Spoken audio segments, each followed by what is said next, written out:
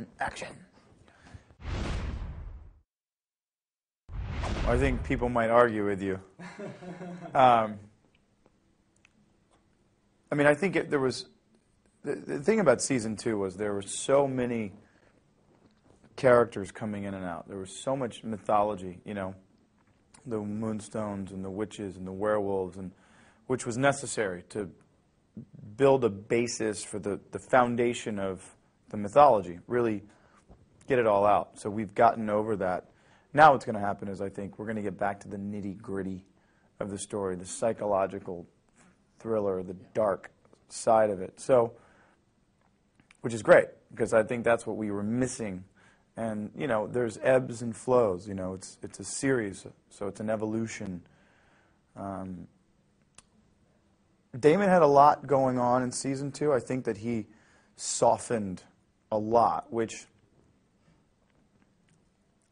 is difficult for me, but you just have to trust Kevin and Julie Plec, you know, because they ultimately, they know that there's a balance of the characters. You can't just have one side all the time. What's great about Damon is that he can be such a bastard, but then he can be fiercely loyal, and he can be sweet, but then he'll snap your neck without thinking twice about it, you know.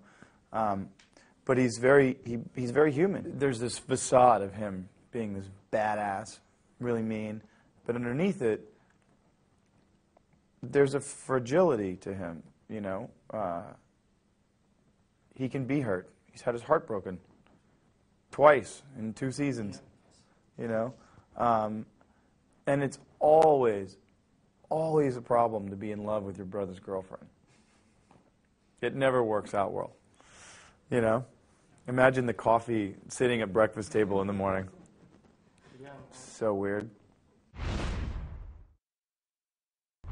Sometimes it affects you in many ways. What you try to do is you infuse things from your life into the work, so it becomes real for you.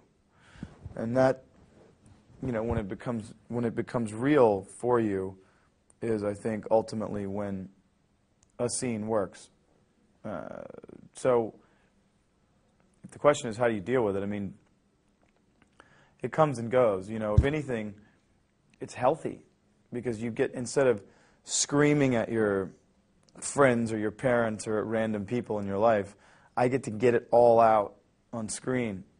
And I've found that I'm much calmer as a human being by virtue of being able to scream and yell and throw things and kill people on set.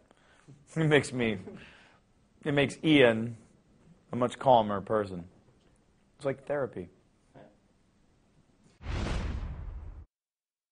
I think what happened with Rose is there was a very big misconception with Rose. I think that, and not to take anything away from Rose,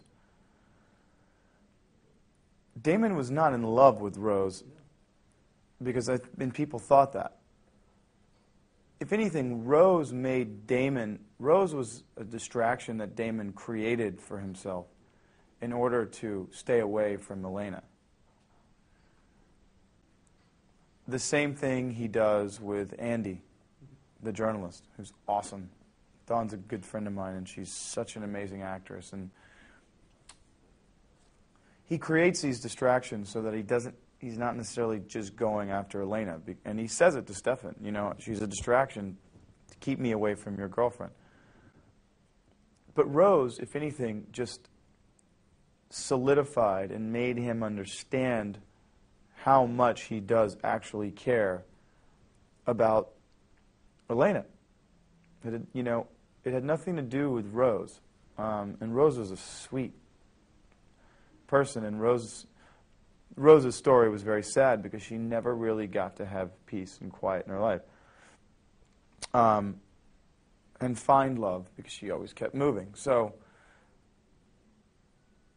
Rose made Damon realize a lot of things. And it is sweet to see Damon sort of being caring to someone, but it was very conflicting. I mean, he can shut it off like that and forget about it completely. I was the good guy all season 2. Yes. And it's a very tough switch for Damon. But again, it's a series, so it's an evolution. You know, as much good is in Stefan, there is evil in Stefan. As much evil there is in Damon, there's good in him as well. So they both have the capacity to move in and out of both of those realms. But I don't think any one of them would stick in either one. Stefan is fighting to be good, when in all actuality he wants to rip someone's neck open. It's like being an alcoholic or being a drug addict. It's very difficult to stay away from. It takes a lot of willpower, and that's what Stefan's been doing. Damon's no different. He's no different. He just acts on his impulses a little more. So I hope there's not too much of a switch. There's just got to be a good balance.